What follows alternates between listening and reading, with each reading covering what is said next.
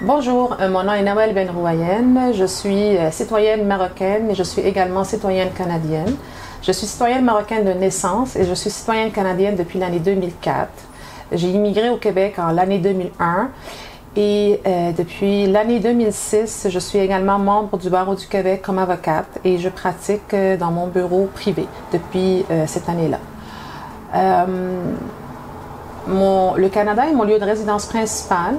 Je vais au Maroc à chaque année. Également, c'est mon lieu de résidence parce que c'est le lieu de mon origine, de l'origine de mes parents, de l'origine de ma famille. Dès que le gouvernement canadien a décidé d'alléger un peu les mesures et les restrictions sanitaires, j'ai décidé de voyager avec mes enfants, mes 3 enfants, en direction du Maroc pour passer un moment, une partie des vacances estivales, qui sont les vacances scolaires aussi. Ça allait permettre à mes enfants de découvrir le pays d'origine de leur mère et à la mère de se ressourcer dans son pays d'origine, visiter la famille, visiter les amis, cousins, cousines et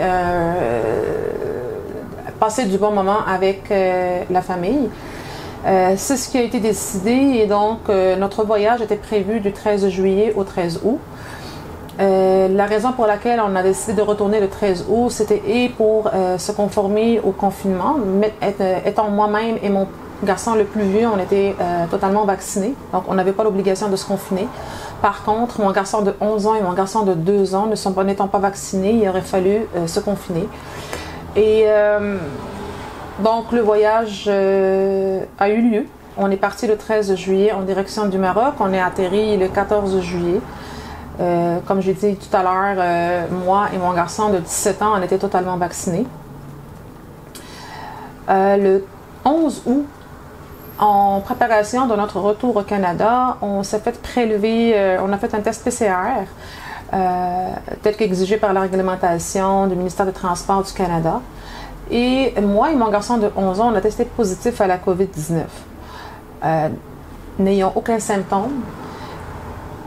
Ceci dit, on a décidé à ce moment-là de reporter notre retour au 6 septembre 2021 et ce dans le but de se conformer aux 14 jours de confinement et de pouvoir refaire les tests dans les normes.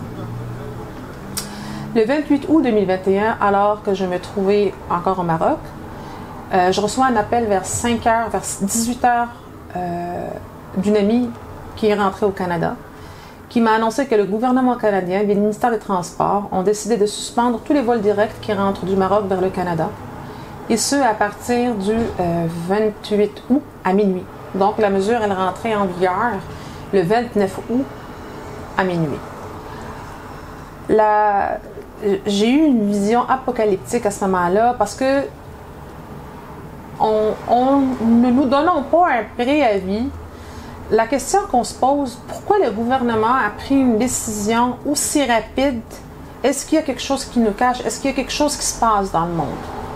Suite à la demande de centaines de personnes qui ont été touchées par cette décision du gouvernement fédéral et qui en ont subi un préjudice et qui sont toujours à la minute de l'enregistrement de cette vidéo, sont encore coincés au Maroc, j'ai décidé en tant que personne qui a été touchée par cette décision-là et qui en a subi des préjudices, que ce soit des préjudices financiers ou des préjudices moraux, d'entamer un recours collectif contre le gouvernement canadien,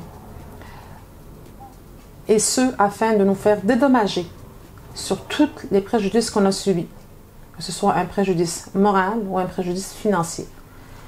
Donc, je lance un appel à tous les citoyens canadiens, à tous les résidents permanents, à toute personne qui détenait un visa temporaire, que ce soit en tant qu'étudiant ou en tant que travailleur, ou qui devait rejoindre, dans le cadre du regroupement familial, un membre de la famille au Canada, qui a été touché par cette décision, de nous communiquer les noms, adresses, date de naissance, le numéro de téléphone permanent, ça veut dire le numéro de téléphone où vous allez être joint tout le temps. Dans 6 mois, dans 1 an, on ne le sait pas. Ne donnez pas des numéros de téléphone qui risquent dans quelques mois de ne plus fonctionner. Votre adresse courriel permanente également. La copie de vos billets d'avion. Surtout les billets d'avion qui ont été annulés. Parce qu'on a reçu tous un courriel de notre compagnie aérienne suite à la décision du gouvernement fédéral. Moi, personnellement, j'ai reçu un courriel de Air Canada qui m'informait que mon retour était annulé et que mon billet était annulé. Alors, donc, adresse courriel, copie de vos billets d'avion et éventuellement, pour ceux qui sont déjà retournés au Canada, copie de vos nouveaux billets d'avion et la facture de combien ça vous a coûté. Vous comprendrez que l'information que vous allez me communiquer, elle est confidentielle.